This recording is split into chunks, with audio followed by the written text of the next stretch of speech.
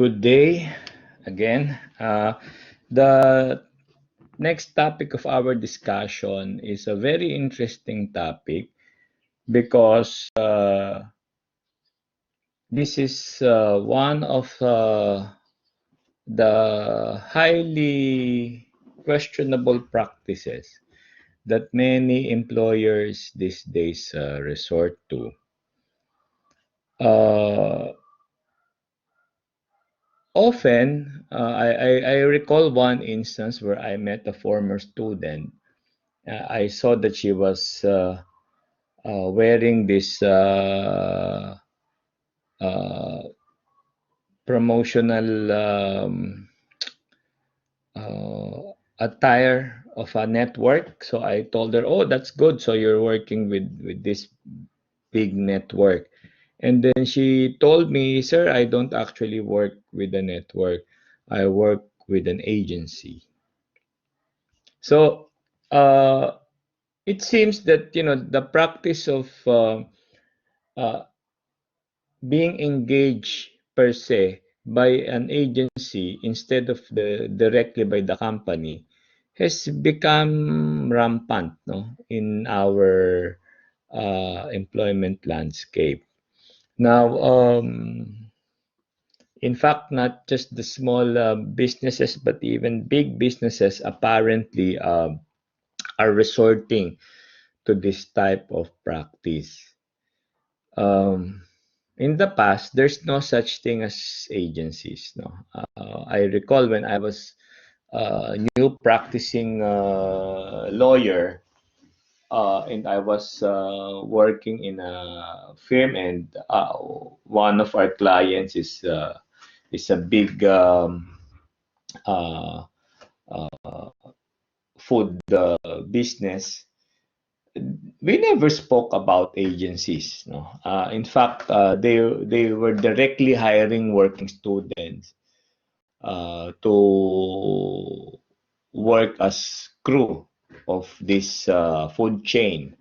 But over the years, this matter has evolved, and there are apparently other food chain stores that also employs workers through an agency.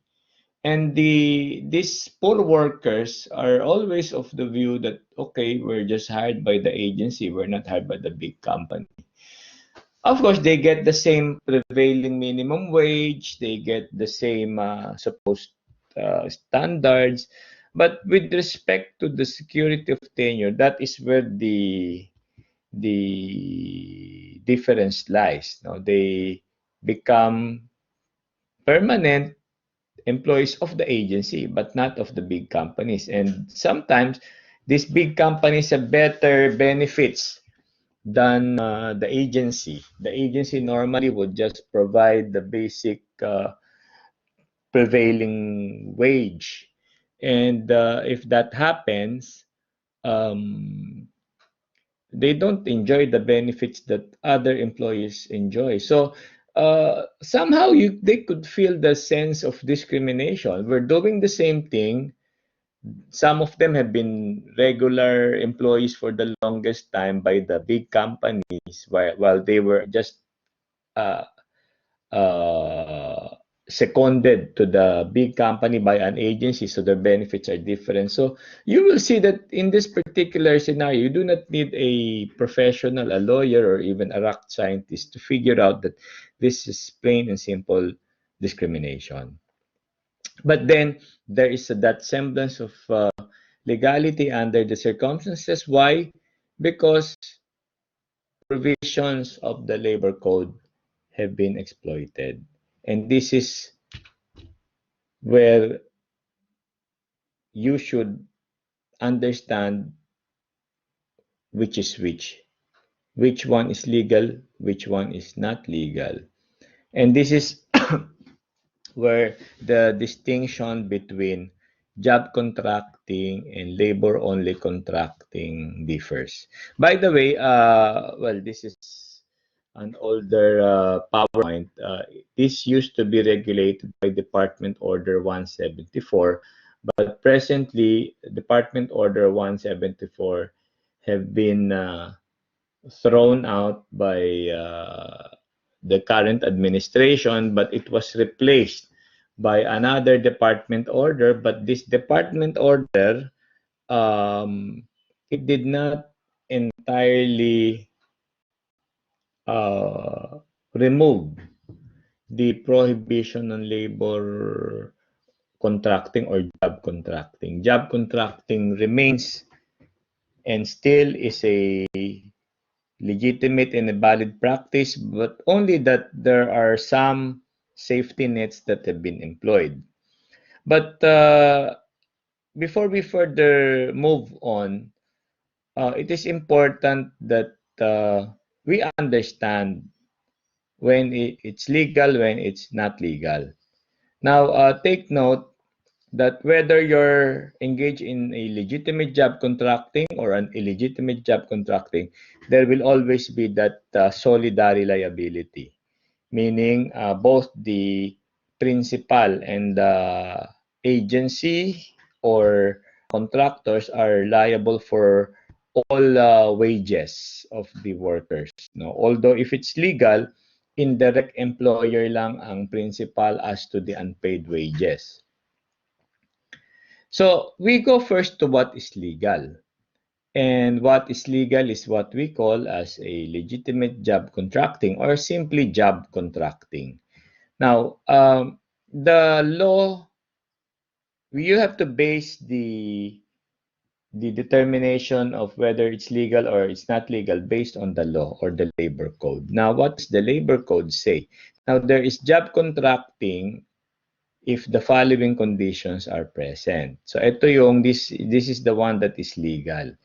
The contractor carries on an independent business and undertakes the contract work on his own account under his own responsibility according to his own manner and method, free from the control and direction of his employer or principal in all matters connected with the performance of the work, except as to the result. So the first requirement is there should be no control on the part of the principal. Control as to the manner and means as to how the work is to be done. The control, if at all, should only be as to the result. Kumbaga, the principal will say, oh, this should be the result. But as to how you do it under your own supervision, however you want to do it. So if the employers will designate the time of work, the hours, will monitor or will even issue memo to the workers, that is control. And once there is control, remember we go back to the definition of employer-employee relationship. And if control test is present, there's no contest anymore. The employee, even though how beautifully worded the engagement with the contractor is, by for all intents and purposes, the employee is an employee of the principal. So take note of that. So there should be no control as to the means and methods as to how the work is to be done. Second, the contractor has substantial capital or investment in the form of tools, equipment, machineries, work premises, and other materials which are necessary in the conduct of his business. Now, this is interesting because if you look at the provision under the the labor code, it speaks of capital, substantial capital or investment in the form of tools, equipment, machineries, work premises, and other materials. Now, if you look at it closely, it would seem that the contractor must have the facility. But then if you look at the provision more intently, it speaks of substantial capital or investment. So either or. That's why in the new circular issued by the Department of Labor, it speaks of a certain amount, no, millions of capitalization required. I think about 3 million. The contractor must have that certain capitalization to be able to qualify. Kasi meron na ngayon, there's now a registry of registered subcontractors. So at the very least, in the implementing rules, aside from this requirement, these two requirements, registration is now a requirement. And in registering it, you have to show that you have capital. So kung yung iyong investment, or rather kung yung contractor, supposed contractor, wala namang machineries, tools, and even worse, walang capitalization, then for all intents and purposes, hindi ito qualified as a labor contractor. Now, there are many cases that have been decided by the Supreme Court. There is this case in Coca-Cola, Battling Philippines, where the Supreme Court noted that the engagement is not a legitimate labor contracting because it was Coca-Cola who established the supposed in-house company that supposed to address another function of this yung sa mga bote. So sabi ng Supreme Court, hindi. For all intents and purposes, the employees are deemed employees of Coca-Cola. So there are some cases to that effect where the court found that the engagement is not a valid job contracting. Now, which brings us to the next item. So that if none of these two requirements is present, then that is what we call as labor-only contracting. Now here, at the onset, labor-only contracting. Kaya sinabing labor-only contracting, ang kinontract mo lang yung labor. And if that is the case, that cannot be done because you cannot contract just the labor in this types of engagements. If that would be allowed na labor lang i-contract mo pero empleyado mo sila in essence, then you somehow go around the law, and that is not allowed. What cannot be done directly cannot be done indirectly. So what are the circumstances where there is labor only contract? Number one, the person who's supposed to contract the service, or the agency, so to speak, does not have substantial capital or investment in the form of tools, equipment, machineries, work premises, and other materials. So, kung wala yon, and this is a requirement of job contracting, outrightly you're labor-only contracting. Now, secondly, if the workers recruited or placed by such persons are performing activities which are directly related to the principal business or operations of the employer, which workers are habitually employed. So, ibig sabihin, if the work is directly related. So, for instance, a university, a school, can a school engage the services of a subcontractor who will provide teachers for it? Definitely, it cannot. Why? Because the work of a teacher is an integral part of a university, of a school. So, it cannot be subcontracted. Another instance would be these food chains, which outrightly they really violate the rules. They engage the services of crew members who are supposed to be engaged by agencies, and then the agency will assign them to the food joints. Outrightly, this is illegal. Why? Because you cannot subcontract the work of crew members, no, because that's direct part of the business of the restaurant. Unless what you are subcontracting is the entire uh,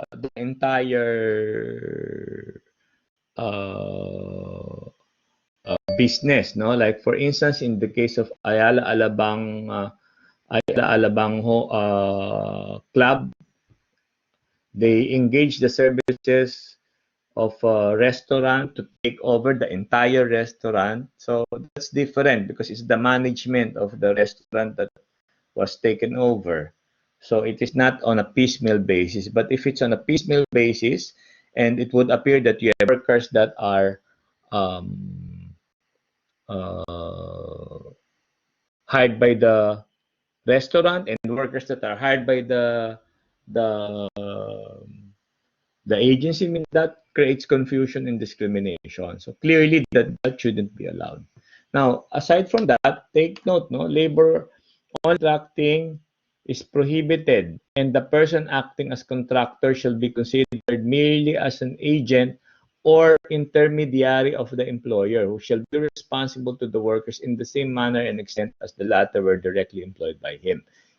Sabihin, may solidary liability yung yung tao na yung agency, so speak, is directly liable, as if this is only an agent of the company. So the consequences, therefore, is that the employees recruited by the agency are deemed employees of the principal. Now, take note that the Secretary of Labor can issue orders whether or not contracting out of labor is permissible in the light of the circumstances of each case. So the Department of Labor can prescribe conditions and restrictions to ensure protection and welfare of the workers. So dito na papasok yung iba't ibang circular. Ang daming mga circular on this na na-abuse and disabuse eventually. So presently, the Duterte administration came up with the ruling, but it's still, as I said, it's still um, uh, it's why, because the law allows it. Now, can there be a legislation that should prevent this practice? Well, yung subcontracting kasi is a universal practice. As long as it is above board, there's really nothing wrong with that. For example, you're a school and you want to subcontract the services of maintaining the comfort rooms. You don't have to hire your janitors, no, to do it. You can hire a company who specializes in cleaning uh, uh, comfort rooms, and that is allowed. Why? Because that's not the specialty of the school. That is not directly related to the business of the school. So that is universally allowed. So in other words, dito papasok yung mga core functions. If it is not a core function of the company, it should be allowed. Nagkakatalo yung determination nga which one would be core and which one is not. Now, just for purposes of emphasis, let me just allow me to highlight the effects of job contracting. Dun muna tayo sa job contracting. No? Now, this is where job contracting lies. No? Job contracting. And as we said, job contracting is legal. Now, in a job contracting, there is the contractor and there is the principal. Now, in a job contracting, the contractors or the contractor engages the services of its workers. Let's call them C1, C2, and C3. Now, these workers are then seconded to the principal. They are allowed to perform service within the workplace of the principal. When they do so, they do not lose their status. They remain as C1, C2, and C3. Only that they perform service within the premises of the principal. Now, this is legal.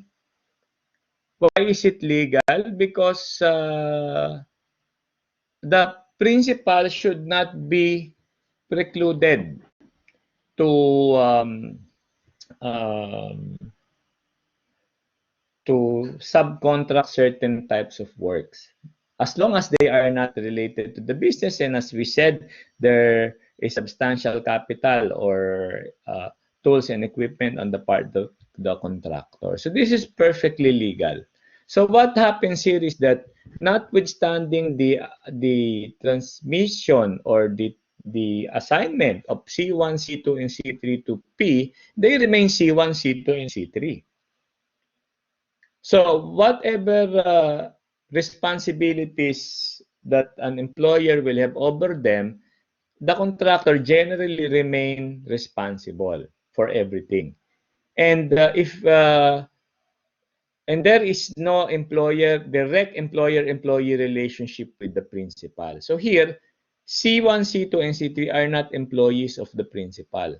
So they cannot sue the principal with respect to other incidents of employer-employee relationship, except if there are unpaid wages, so to speak, with respect dun sa kanilang itinrabaho kay P, then they can go after P for the unpaid wages. Why? Because under a job contracting arrangement, C and P are solidarily liable for unpaid wages. C is the direct employer, while P is the indirect employer with respect to labor standards that have not been paid. Okay? So take note of that. But that is insofar as job contracting is concerned. How about labor-only contracting? Just to illustrate labor-only contracting, in labor-only contracting, labor-only contracting at the onset, labor-only contracting is illegal. Now, why is it illegal? It's illegal because it undermines the right to security tenure of the employees that are seconded to the principal. Now, in a labor-only contracting, you also have purportedly the contractor on one hand and the supposed principal on the other hand. Now, like any ordinary engagement, the contractor hires its supposed employees,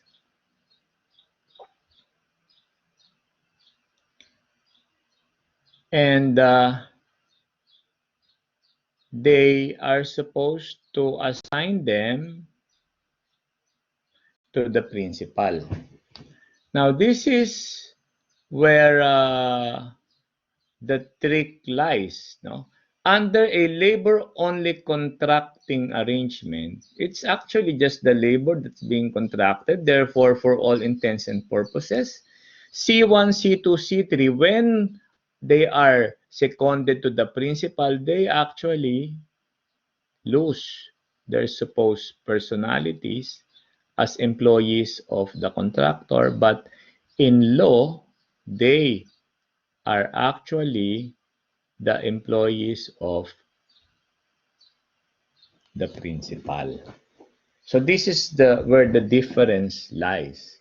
Once you are engaged by a contractor under a scheme of labor-only contracting, which is illegal, then by law, you are actually employees of the principal. And what happens here? The supposed subcontracted employee can now file a complaint before the National Labor Relations Commission for the determination of employer-employee relationship. And unlike the jurisdiction of the Secretary of Labor, you can, if there is no finding by the Secretary of Labor, because the Secretary of Labor can also find this. If the Secretary of Labor finds out, your work is directly related, so the Secretary of Labor actually can order the employer to absorb the workers as its regular employees. Now, if it does not do so, then you can go to the NLRC, file a complaint for regularization, and claim that, you are actually the employee of the principal. There are many cases where the supposed subcontracted employees have been working for 10 years or even more with the principal, unknowing that they are actually employees of the principal. Why? Because all those years they've always been under the payroll of the contractor. But of course, the payroll alone is not enough. The payroll alone is just a preliminary indication, but what controls would be the control, so to speak. So if you are being paid by the contractor, but the one who exercises discipline over you, who manages your schedule, etc., is the principal, and even worse, if the contractor does not possess the necessary tools and equipment, then for all intents and purposes, you are by law an employee of the principal. And labor-only contracting, such as in this case, is illegal outrightly. So take note of that. Otherwise, if you do not know the law and you're an ordinary employee, I mean that would really be uh, sad on your end, no? Um, just a few correction. Yung Department Order 174, that is the recent hold on, that's the recent regulation uh,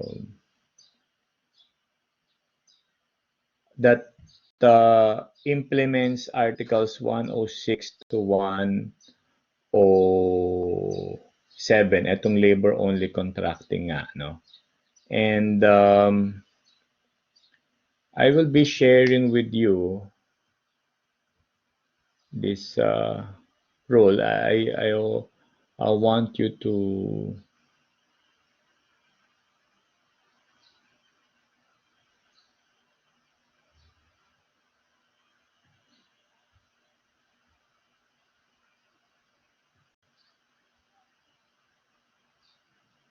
ayan.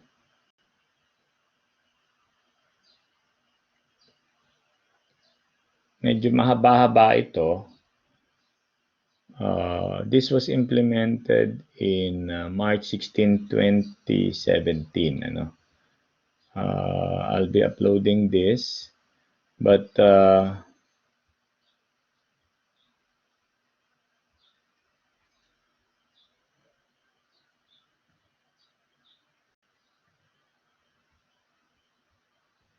okay, well, I'm uploading it now. Hold on lang. So take note of the importance of understanding labor-only contracting vis-a-vis job contracting, because as I said, if you represent management and you are not aware of this, then your employer might get in trouble. So it's important that you understand this here. So I'm just uploading it.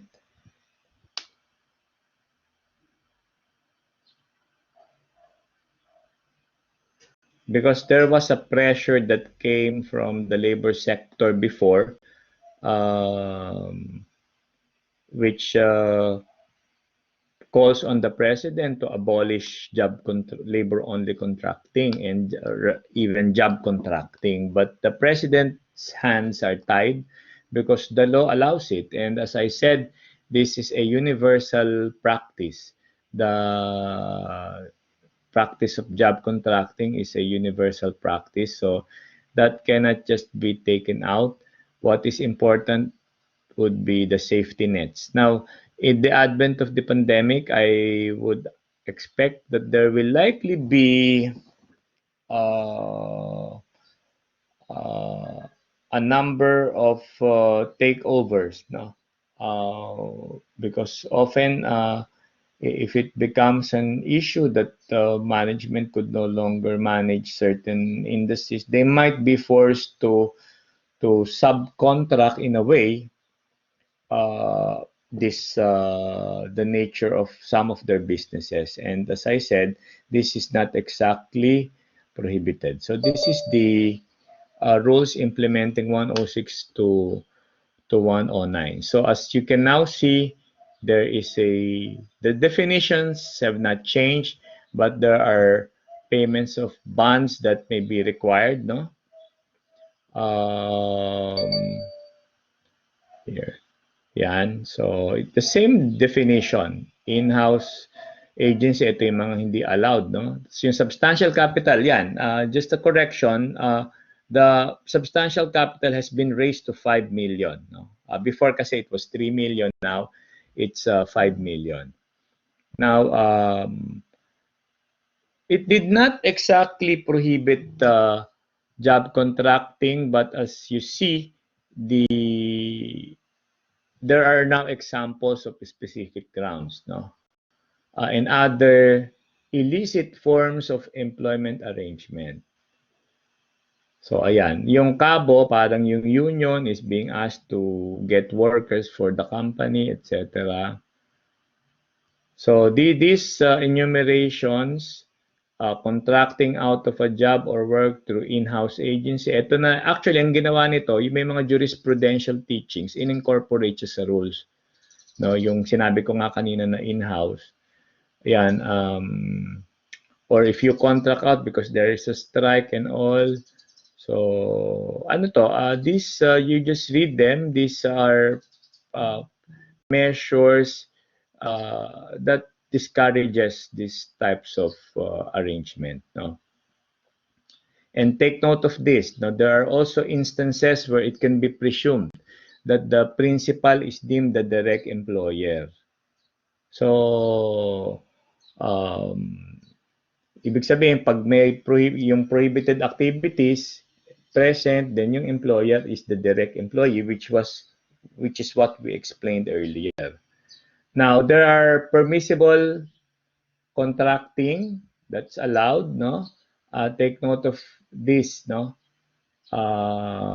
As long as independent yung business, may substantial capital, work, or the work that is farmed out is free from the control of the principal, or and there's a service agreement that also meets the labor standards. So these are allowed. So ganun pa rin. And then again, yung solidary liability is also highlighted. Now, this is what is also interesting in the Department Order 174. Even if it's a permissible job contracting arrangement, the rights of the workers are highlighted, no? Right to safe and healthful working conditions, no? Even 13th month pay, mga welfare benefits, SSS, even the right to self-organization. Now, what is also expanded here is the required forms. May contract dapat, no? May service agreement, no? And there's also provisions here that there should be no violation. Because if there is, then that could also have effects, no? And yung termination of employment, take note of this, no? In fact, under these guidelines, there has to be, if for example, it's a legal job contracting and the workers have to be recalled, so it should not be more than 3 months. Otherwise, considered na separated na yung worker, and then you have to pay the workers. Now, this is interesting because generally, in suspension of work, mga 6 months lang. Pero pagdating sa labor contracting or job contracting, 3 months. And kung wala pa ring mai-assignan, babayaran ka na ng separation pay. And also, there's this mandatory registration for legitimate contractors. No? Take note of that. and also the requirement for the registration. And of course, what's important here is the capitalization of 5 million that is required. And I think they may also be required to pay a certain bond, no, before the Department of Labor. And look at the registration fee; it's 100,000. So to make sure that only those that are capable of really doing it above board are the ones who can do it. So even the renewal, so 2 years lang, and if you renew, you pay another 100,000. So this is to discourage, no. And in renewing, you have to prove that you have fully paid the well benefits, the SSS, etc. And there is also this semi-annual reporting. So twice a year, uh, you have to submit to the Department of Labor all of these requirements, no? A list of contracts entered into, number of workers, proof of payment again of welfare benefits, certified list of all cases filed against it and before the NLRC to show that there's no finding that you have been found guilty as labor only contractor. So again, I think this is still a good circular because it somehow protects or provides more protection to the workers. And getting a registration is not an absolute right. You will see here that there are grounds for the cancellation. So if you violate any of this, that could be a ground to cancel it. And the regional director, upon a complaint, can act on it. And once it's canceled, then you're no longer registered. You are now deemed engaged in labor-only contracting. But of course, in all instances, due process is required. No? Take note of that. Although very clearly with this new rule, kailangan may complaint. And similar to other cases, yung orders ng regional uh, director to the Secretary of Labor can be appealed within 10 days. No?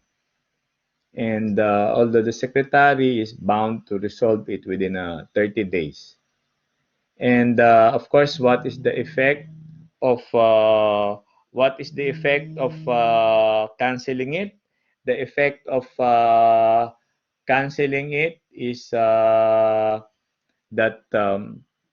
uh, you will lose your legitimate status.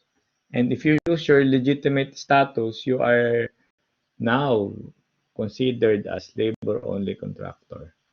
And of course, there are some relevant provisions, yung retaliatory measures, pag may nag-complain na empleyado, hindi mo naman pwedeng gantihan. That's already given, that's not allowed. Then of course, you also have the duty to, upon inspection, you have the employers have the duty to produce this service contracts. So that's why, this you will really have a lawyer to ensure that the contract is really sound and prepared properly. And take note that, the monitoring of this engagement is not just the responsibility of workers on one end and employers, but even the state. No? Kaya tripartite regulation ang kailangan. Now, of course, yung contracting and subcontracting in the construction industry is different. It's regulated by PCAB kasi talaga namang iba naman sa construction, yung mga subcon mo yung certain phase of your work. That is allowed, and the one that takes care of that is not the DOL, but it's the PCAB. So this rule also prohibits, no? This rule prohibits those in the Department of Labor to engage in these types of businesses. And this again is as good as now, and we hope that with this 174, the Department of Labor is able to address potential abuses. So take note of all of those. That wraps up our discussion on job contracting and labor-only contracting. I again invite your attention to read the cases assigned to you on labor contracting and labor-only contracting. Thank you very much. Good day.